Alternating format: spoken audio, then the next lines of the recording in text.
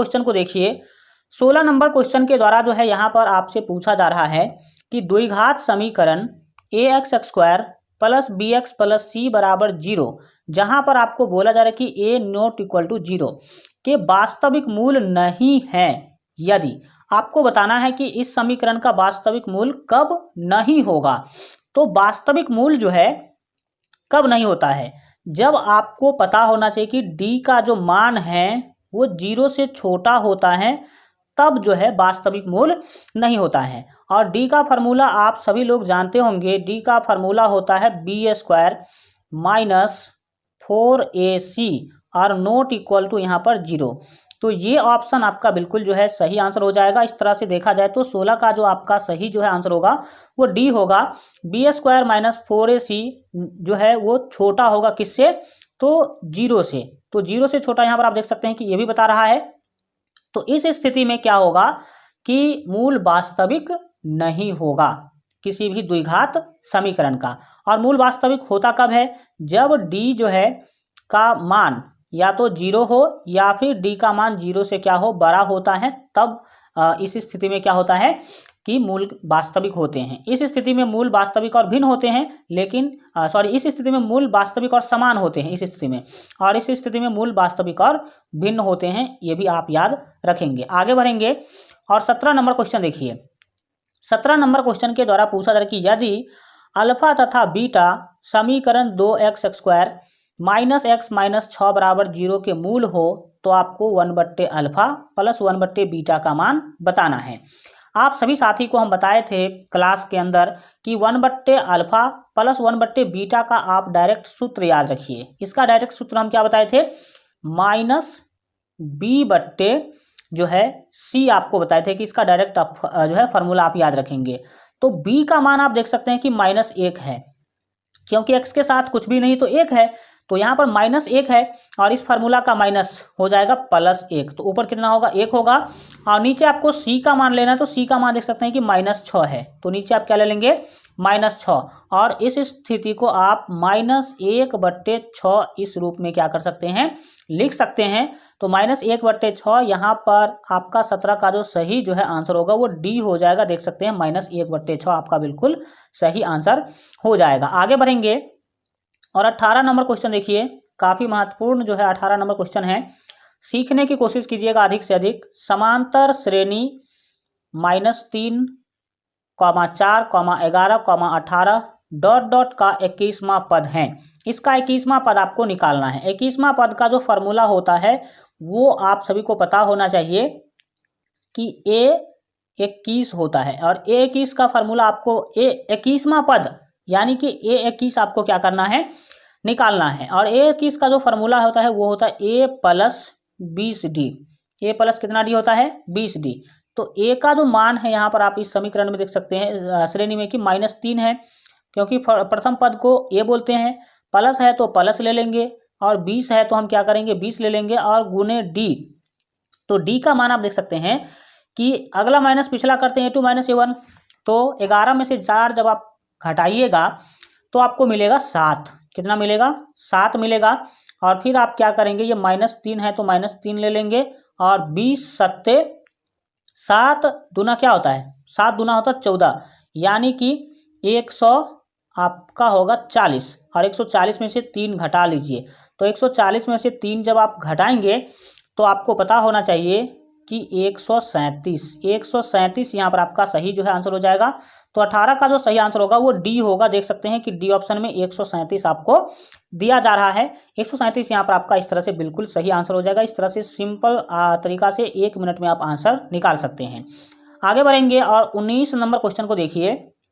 19 number question के द्वारा पूछा जा रहा है कि निम्नलिखित में से कौन सा द्विघात समीकरण है, कौन जो है द्विघात समीकरण है ये आपको बताना है। तो देखिए ये द्विघात समीकरण नहीं हो सकता है, सी ऑप्शन। क्यों नहीं हो सकता है, क्योंकि यहाँ पर जो है बट्टा के नीचे चर संख्या को लिया गया है। यहाँ भी वही स्थिति है कि बट्टा के नीचे चर संख्या को ले लिया गया है, तो डी भी नहीं होगा। और रूट के अंदर कभी भी नहीं लेना चाहिए चर संख्या को, यहाँ पर रूट के अंदर लिया हुआ है तो ये भी नहीं होगा। तो होगा कौन, ये ए ऑप्शन आपका बिल्कुल सही आंसर होगा। यहाँ पर अगर आपसे पूछा जाए तो x Q minus x square बराबर एक्स माइनस 1 का होल क्यू जो है ये द्विघात समीकरण है। बोलेंगे सर यहाँ तो पावर 3 दिख रहा है तो द्विघात कैसे हो गया? तो अभी आपको घबराना नहीं है, इधर आप x Q minus x square रखेंगे और ए माइनस बी का होल क्यू जब आप कीजिएगा तो आपका पावर 3 वाला जो टर्म है वो क्या हो जाएगा, कट जाएगा, कैंसिल हो जाएगा। तो इस तरह से ए ऑप्शन आपका बिल्कुल यहाँ पर जो है सही आंसर हो जाएगा। आगे बढ़ेंगे और 20 नंबर क्वेश्चन देखेंगे। 20 नंबर क्वेश्चन तो हम पूरा सॉल्व करके आपको बताने वाले हैं। 20 नंबर क्वेश्चन है कि समांतर श्रेणी 80, 76, 72, 68 डॉट डॉट का कौन सा पद शून्य है? इसमें आपको बताना है, देख रहे हैं कि घटते क्रम में जा रहे हैं हम लोग, तो कभी ना कभी ऐसा आएगा कि शून्य हो जाएगा पद, कोई ना कोई पद शून्य होगा। तो आपको बताना है कि कौन सा पद शून्य है यानी कि जीरो है। तो मुझे पता नहीं कि कौन सा पद शून्य है, तो हम मान लेंगे कि ए एनवा पद जो है वो क्या है, शून्य है। और ए एनवा पद शून्य है तो ए एन का फार्मूला आप सभी साथी को पता होगा, होता है a plus n minus 1 into d, और बराबर क्या होगा, यहाँ पर डी अच्छा से लिख देते ताकि आपको पूरा अच्छा समझ में आ जाए। डी बराबर इधर है, देख सकते हैं कि जीरो है, ठीक है। तो अब आप मान बैठा दीजिए। ए का मान आप क्वेश्चन से देख सकते हैं कि 80 है, तो हम ए का मान यहाँ पर 80 ले लेंगे। प्लस है तो हम क्या करेंगे, प्लस ले लेंगे। और जो यहाँ पर n का मान है वो तो मुझे निकालना ही है, तो n माइनस 1 अभी हम क्या करेंगे, लिख लेंगे। और d का मान अगर जहाँ तक देखा जाए तो a2 माइनस जब a1 कीजिएगा तो यहाँ पर आपको मिलेगा -4। कितना मिलेगा, -4 मिलेगा और बराबर में मिलेगा 0। इसको अब सॉल्व कर लीजिए। सॉल्व कीजिएगा तो यहाँ पर आपको क्या करना होगा, देख सकते हैं कि ये 80 तो 80 रहेगा, ठीक है। और n को जब -4 से गुना कीजिएगा तो ये हो जाएगा -4n, -4n होगा। और -1 को जब -4 से गुना कीजिएगा तो ये जो है हो जाएगा +4, और बराबर में कितना है, तो 0 है, तो 0 रहेगा ही रहेगा। हल्का इधर हम सॉल्व कर लेंगे इसको। यहाँ पर -4n है तो हम इसको -4n क्या कर लेंगे, लिख लेंगे। दाहिने में देखिए क्या जाएगा, अब 80 और +4 84, ये +84 दाहिने जाएगा तो हो जाएगा -84, ठीक है।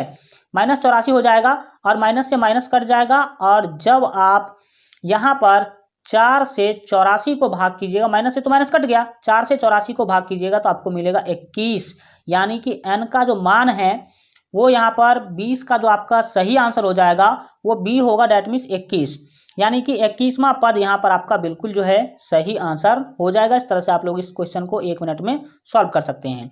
22 नंबर क्वेश्चन देखिए। 22 नंबर क्वेश्चन है कि यदि समांतर श्रेणी का सामान्य पद 6 माइनस n है तो इसका सार्व अंतर होगा। आप सभी को पता है सार्व अंतर यानी कि d निकालने का जो फॉर्मूला होता है वो होता है a2 minus a1, a2 minus a1। तो सार्व अंतर निकालना है तो a2 और a1 निकालना होगा, तो इसके लिए आप आराम से निकाल सकते हैं। आपको दिया गया है सामान्य पद, सामान्य पद यानी कि an आपको दिया गया है कितना, 6 माइनस 4n, ठीक है। तो आप a1 निकाल सकते हैं, a1 निकाल सकते हैं कैसे, n का मान आप क्या करेंगे, 1 डालेंगे। जब a1 निकालने के लिए जाएंगे तो ये 6 है तो 6 होगा, माइनस है तो माइनस, और 4, और n का मान यहाँ पर इस बार 1 लेना है। तो 4 को जब आप 1 से गुना कीजिएगा तो 4 ही होगा, और 6 में से 4 जब आप घटाइएगा तो आपको मिलेगा 2। इसी तरह से हम a2 भी निकाल सकते हैं। यहाँ पर आप देख सकते हैं कि n के जगह पे हम 2 ले रहे हैं तो दाहिने भी n के जगह पे 2 लेंगे। तो ये जो 6 है वो तो 6 लेना ही लेना होगा, माइनस है तो माइनस लेंगे। और 4 को जब आप इस n का मान यहाँ पर 2 ले रहे हैं तो जब आप 4 को 2 से गुना कीजिएगा तो 1 मिनट, सॉरी यहाँ पर, हाँ 4 को जब आप 2 से गुना कीजिएगा तो 4 दूना हो जाएगा 8, और -8 और +6 ये होगा -2। अब आप इसका जब आंसर निकालेंगे तो आपको क्या मिलेगा, a2 का मान आप देख सकते हैं कि आप यहाँ पर आपको मिला है -2। तो a2 का जो मान है यहाँ पर आप दे देंगे -2। फार्मूला में जो माइनस है वो बीच में रहेगा ही रहेगा। a1 का मान आप देख सकते हैं कि आपने निकाला है 2, तो यहाँ पर a1 का मान आप 2 दे देंगे, और -2 हो जाएगा -4। तो -4 यहाँ पर आपका फाइनल आंसर हो जाएगा, यानी कि देख सकते हैं कि बी ऑप्शन आपका बिल्कुल जो है सही आंसर हो जाएगा। इस तरह से आप लोग निकाल सकते हैं इस टाइप के क्वेश्चन का आंसर, यानी कि यहाँ पर आपका बी ऑप्शन सही जो है हो जाएगा। आगे बढ़ जाएंगे और सभी साथी देखेंगे यहाँ पर अपने 22 नंबर क्वेश्चन को। 22 नंबर क्वेश्चन है कि निम्नलिखित में से कौन समांतर श्रेणी हैं। कौन समांतर श्रेणी है ये आपको बताना है। यहाँ पर देख सकते हैं कि पावर है बढ़ते क्रम में, तो ये समांतर श्रेणी नहीं होगा। ठीक है, 1 तिया 3 3 तिया 9 9 तिया 27, ये भी पावर के रूप में है, तो ये भी समांतर श्रेणी नहीं होगा। तो 22 का आखिर सही आंसर क्या होगा? 22 का जो आपका सही आंसर होगा वो सी होगा, क्योंकि आप D1 और D2 जब निकालिएगा तो यहाँ पर आपको बराबर मान मिलेगा, यानी कि यहाँ पर आप सारवंतर जब निकालिएगा तो सभी पदों पर एक जैसा सारवंतर आपको देखने को मिलेगा। तो यहाँ पर आपका सी ऑप्शन सही होगा। ये भी समांतर श्रेणी नहीं है, आप चेक कर लीजिएगा। चेक करने का तरीका क्या है, आप पहले D1 निकालिएगा और फिर D2 निकालिएगा, दोनों बराबर हो गया तो समांतर श्रेणी है, बराबर नहीं हुआ तो समांतर श्रेणी नहीं है। आगे बढ़िए, यहाँ पर देखेंगे अपने 23 नंबर क्वेश्चन को पूछा जा रहा है कि मूल बिंदु के नियामक हैं, तो मूल बिंदु के नियामक जो है 0,0 होते हैं, तो डी ऑप्शन आपका सही आंसर हो जाएगा। 24 नंबर क्वेश्चन देख लीजिए। 24 नंबर क्वेश्चन काफी महत्वपूर्ण है। पूछा जा रहा है कि यदि त्रिभुज ABC समरूप है त्रिभुज PQR के तथा QR बट्टे BC, यानी कि QR अनुपात BC बराबर आपको दिया गया है 2:3, तो आपको त्रिभुज PQR का जो एरिया है वो और त्रिभुज ABC का जो एरिया है वो इसका अनुपात आपको निकालना है। तो एक आप ट्रिक याद रखिएगा कि अगर समरूप त्रिभुज के भुजाओं का अनुपात दे दिया जाए और क्षेत्रफल का अनुपात अगर निकालने के लिए बोला जाए, तो इस स्थिति में आप सिंपली क्या करेंगे कि जो भुजा का अनुपात है उसका वर्ग कर देंगे, तो 2 का स्क्वायर करेंगे तो 4 होगा। ठीक है, तो ऊपर 4 हो गया, और 3 का स्क्वायर करेंगे तो 3 तिया 9 होगा, तो 4/9 यहाँ पर आपका बिल्कुल जो है सही आंसर हो जाएगा। डैट मीन्स ए ऑप्शन 24 का ए ऑप्शन यहाँ पर आपका बिल्कुल जो है सही आंसर हो जाएगा। आगे बढ़ जाएंगे और 25 नंबर क्वेश्चन को देखेंगे। काफ़ी महत्वपूर्ण क्वेश्चन है और इस टाइप के क्वेश्चन तो एक क्वेश्चन जरूर आपके एग्जाम में पूछा ही जाएगा। 25 नंबर क्वेश्चन है कि दी गई आकृति में x का मान है, x का मान यानी कि ये जो कोण है ना, इस कोण का मान आपको बताना है कि कितना होगा। तो ये त्रिभुज है और त्रिभुज के तीनों कोणों का जो योग होता है वो 180 डिग्री होता है। तीनों कोण में 2 कोण आपको दे दिया गया है और तीसरा ये वाला कोण आपको नहीं दिया गया है। तो ये वाला कोण अगर आप निकालना चाहेंगे तो इस दोनों को जोड़ करके 180 में से क्या करना होगा, घटाना होगा।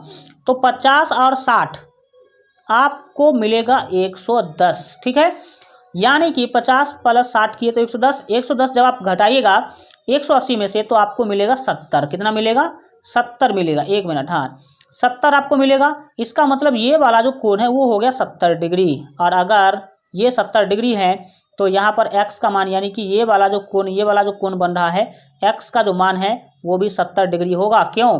क्योंकि एकांतर कोण है, एकांतर कोण होने के कारण यहाँ पर x का मान भी 70 डिग्री होगा, यानी कि सी ऑप्शन आपका बिल्कुल जो है सही आंसर हो जाएगा।